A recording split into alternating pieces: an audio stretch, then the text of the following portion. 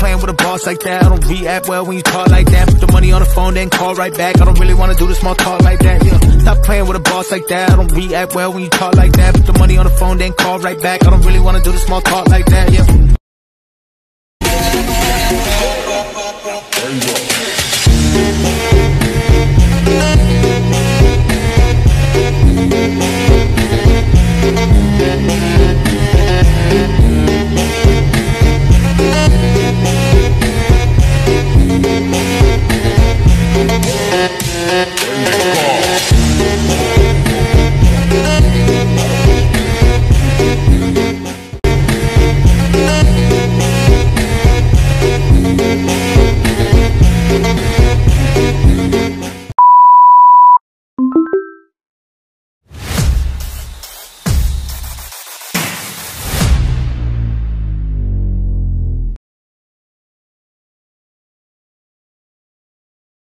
Baik, di sini saya akan menjelaskan sedikit mengenai elektrokimia. Dalam arti sempit, elektrokimia itu merupakan ilmu yang mempelajari tentang peristiwa-peristiwa yang terjadi dalam sel elektrokimia. Sel jenis ini merupakan sistem yang terdiri atas dua buah elektroda dan larutan elektrolit. Peristiwa yang terjadi di dalamnya adalah proses perpindahan elektron atau reaksi redoks, proses pelepasan elektron atau oksidasi yang terjadi pada anoda, dan proses penarikan elektron atau reduksi yang terjadi pada katoda. Pada elektrokimia, kedua setengah sel atau oksidasi dan reduksi terjadi secara terpisah pada elektron. Di sini saya akan menjelaskan macam-macam sel elektrokimia. Ada dua jenis sel elektrokimia, yaitu pertama sel volta sama sel elektrolisis. Sel volta sendiri merupakan reaksi redoks yang terjadi secara spontan atau reaksi kimia yang dapat menghasilkan arus listrik sendiri. Dialirkan kembali ke dalam larutan sel, di mana ion-ion positif atau kation bermigrasi ke elektroda negatif dan ion negatif atau anion bermigrasi ke elektroda positif. Dan elektrolit yang biasa digunakan itu bisa leburan dan larutan. Pada proses penggunaan elektrolit, kemungkinan terjadi reduksi atau oksidasi dari molekul-molekul air harus pula diperhatikan. Misalnya pengendapan logam pada katoda, maka potensial elektron atau konsentrasi ion dalam larutan perlu diperhatikan. Elektroda yang digunakan dapat bersifat elektroaktif atau lamban. Contoh elektroda yang elektroaktif adalah Cu dan Ag, mudah teroksidasi dan sering mengambil bagian dalam proses anoda. Sedangkan elektroda lamban yaitu grafit dan platina praktis tidak bereaksi kecuali pada proses-proses tertentu. Elektrolisis leburan elektrolit. Elektrolisis ini penting dalam pembuatan logam aktif seperti natrium, magnesium, dan aluminium. Yang berikut elektrolisis magnesium klorin cair. Yang pertama anoda atau oksida. 2 CCl plus Cl2 2E. Katoda atau reduksi. Mg2 plus 2 EMg. Yang ketiga reaksi sel. Mg Cl2 Mg plus Cl2. Elektrolisis larutan elektrolit. Yang pertama, elektrolisis ini lebih rumit di elektrolisis leburan elektrolit karena adanya molekul-molekul pelarut yang padat pula dioksidasi. Yang kedua, pada anoda atau reduksi pada katoda. Jadi pada elektroda ada beberapa kemungkinan reaksi. Contohnya elektrolisis dalam air. Elektrolisis pelar NaCl dengan elektroda lamban. Oksida 2Cl plus menjadi Cl2 plus 2E. Reduksi 2H2O plus 2E menjadi H2 plus 2OH plus. Jadi reaksi-reaksi yang terjadi tergantung pada yang pertama keadaan dan jenis elektrolit, yang kedua jenis elektroda, yang ketiga beda potensial antara kedua elektroda, yang keempat ada suhu, yang kelima ada kation logam di bawah hidrogen dalam deret volta dalam bentuk tembaga dan perak yang mudah direduksi dalam katoda. Menurut Faraday, massa zat yang dihasilkan atau bereaksi dalam elektrolisis berbanding lurus dengan jumlah muatan listrik yang lewat dalam larutan. juga berbanding lurus dengan berat atom atau molekul zat terlarut, dan berbanding terbalik dengan jumlah elektron per mol yang diperlukan untuk menimbulkan perubahan bilangan oksidasi yang terjadi. Untuk mencari jumlah muatan listrik yang lewat, rumus yang digunakan jumlah muatan listrik yang lewat sama dengan kuat arus dikali dengan waktu arus lewat dalam detik. Ini saya akan menjelaskan tentang direct volta. Makin ke kanan mudah direduksi, sukar dioksidasi, sedangkan makin ke kiri mudah dioksidasi dan sukar direduksi. Ada 4 macam sel volta, yaitu yang pertama sel kering atau sel backlight, di mana katoda ditandai dengan karbon, anoda ditandai dengan zinc, dan elektrolit yaitu campuran berupa pasta, di mana mangan dioksida ditambah dengan amonium klorida dan ditambahkan dengan sedikit air.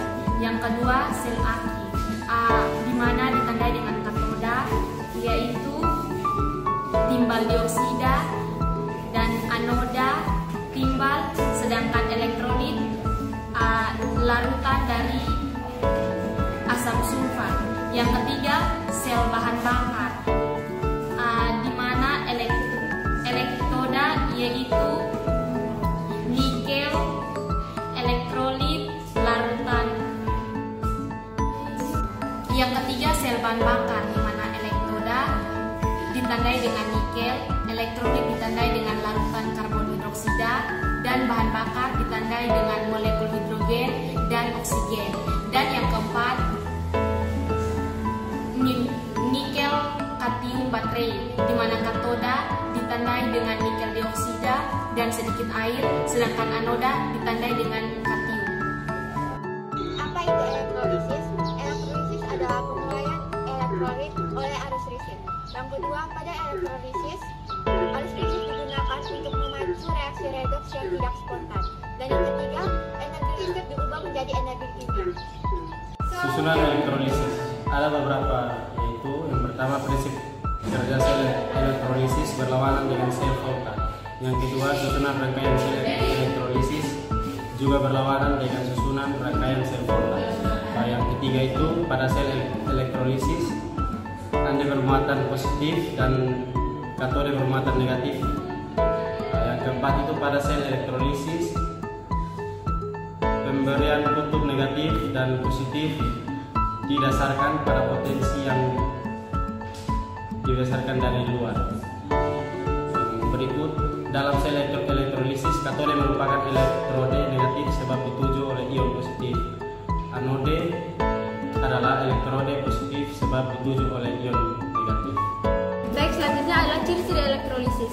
Ciri-ciri elektrolisis ini dibagi dari 3, yaitu yang pertama adanya ion bebas dalam suatu larutan elektrolit. Ion bebas ini nantinya akan menerima atau memberikan elektron yang dialirkan melalui larutan. Yang kedua, dalam sel elektrolisis memiliki 2 elektroda, yaitu katoda dan anoda. Dan yang ketiga, ada sumber arus listrik dari luar seperti baterai yang mengalirkan arus listrik searah. Baik, berikutnya saya akan menjelaskan tentang prinsip kerja elektrolisis. Seperti kita tahu, elektrolisis memiliki 2 elektroda yang bersifat positif dan negatif. Cara kerjanya adalah dengan menghubungkan arus dari kutub positif ke arah katoda dan dari kutub arah negatif ke arah anode. Kemudian dari reaksi ini terjadi obat potensial yang mendorong reaksi reduksi dan oksidasi non spontan dapat berjalan, sehingga elektron dapat mengalir dari katode ke anode, dan ion-ion ini cenderung ke katoda selalu tereduksi, sementara ion-ion negatif tertarik ke anode dan tereksidasi. Kerja sel elektrolisis yang pertama misalnya natrium klorida atau NaCl yang dapat dielektrolisasi dengan potensial elektrolitik. Terdapat 2 elektroda emitter yang dicelupkan ke dalam lelehan natrium klorida yang mengandung kation Na dan Cl serta dengan anion terdisosiasi. Nah, saat arus listrik mengalir ke sirkuit percobaan, katoda akan memiliki elektron berlimpah dan mengembangkan mata negatif. Kemudian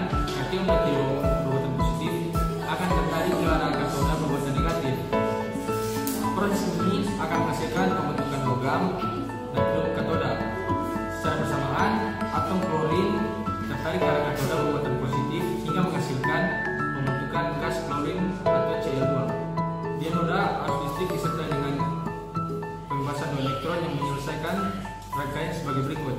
Yang pertama ada reaksi di katoda. Reaksi di katoda ini atau ini elektroda negatif. Nah, kation Na akan menerima elektron dan tereduksi menjadi logam natrium atau Na. Jadi ini secara umum reaksinya itu secara Na+ ditambah dengan min sama dengan Na. Kemudian reaksi anoda. Nah, reaksi anoda ini atau reaksi elektroda positif yaitu anion Cl negatif akan melepaskan elektron dan teroksidasi menjadi gas klorin atau Cl2. Nah, untuk reaksinya sendiri 2 atom Cl akan menjadi Cl2 dan juga 2 elektron min. Nah, kemudian yang berikut adalah reaksi sel, yaitu contohnya 2 NaCl menjadi 2 Na dan juga Cl2. Rangkaian reaksi ini menyebabkan zat klorida ini cair. Artinya senyawa kimia tersebut dapat melalui elektrolisis dalam sel elektrolitik untuk menghasilkan natrium logam dan gas klorida. Kali ini kami akan menjelaskan penggunaan elektrolisis pemurnian logam. Logam yang ada dari alam sebagian besar masih bercampur dengan logam lain. Cara menghilangkan zat-zat yang bercampur dengan tembaga sehingga diperoleh unsur tembaga murni. Sebagai katode, tempat tembaga yang akan Anda murnikan, sedangkan tembaga murni ditempatkan sebagai anode. Elektrolit yang digunakan adalah larutan yang mengandung kation logam yang akan dimurnikan. Dalam hal ini adalah larutan CuSO4. Reaksi yang terjadi adalah sebagai berikut. Yang pertama, CuSO4 Aki, Cu2 tambah Aki tambah SO4 2 Aki, katode atau tembaga motor bagi Cu2 plus kali Aki tambah 2E menghasilkan CuS. Anode tembaga murni bagi CuS menghasilkan Cu2 plus Aki plus 2E. Kation tembaga direduksi menjadi tembaga yang mengendap di katode. Kation Cu2 plus dari anode menuju larutan menggantikan ion Cu2 plus yang mengalami reduksi. Kedua yaitu untuk penyembuhan logam. Logam yang biasa digunakan untuk melapisi atau menyepuh adalah emas, perak, kromium, titanium, dan nikel. Benda-benda yang biasa dilapisi adalah masing-masing kendaraan bermotor, alat-alat rumah tangga, dan juga aksesoris. Pada penyembuhan ini digunakan elektroda yang reaktif dan elektrolit atau larutan yang mengandung kation logam yang akan melapisi. Misalnya untuk melapisi sendok dengan perak, logam yang digunakan sebagai anode, sedangkan elektrolit yang digunakan adalah larutan AgNO3. Adapun reaksi yang terjadi pada pembubuhan sendok dengan perak adalah sebagai berikut. Yang pertama adalah reaksi ionisasi dari perak nitrat di dalam larutan. Senyawa ini terasosiasi menjadi ion perak dan juga ion nitrat. Yang kedua, proses di katode, di mana pada katode ion perak di larutan menerima elektron perak padat. Ini adalah proses reduksi. Dan yang ketiga, di anode, perak padat kehilangan elektron dan berubah menjadi ion perak yang masuk ke dalam larutan. Ini adalah proses oksidasi. Baik, di sini saya mengambil kesimpulan. Yang pertama, reaksi redoks adalah proses elektrokimia yang menyebabkan serah terima elektron di dalam prosesnya, sehingga dalam reaksi terjadi proses oksidasi oleh reduktor dan reduksi oleh oksidator. Energi yang dilepas reaksi spontan diubah menjadi listrik. Reaksi dapat berjalan dalam sel volta dan sel elektrolisis jika terdapat elektroda dan elektrolit lainnya. Reaksi digunakan untuk batu baterai dalam sel volta dan elektrolisis. Yang kedua, sel elektrolisis dan sel volta dibedakan dari perubahan energinya, di mana sel elektrolisis menggunakan energi listrik untuk menghasilkan reaksi redoks, sedangkan sel volta menggunakan reaksi kimia atau redoks untuk menghasilkan energi listrik. Oke teman-teman, terima kasih sudah menonton videonya.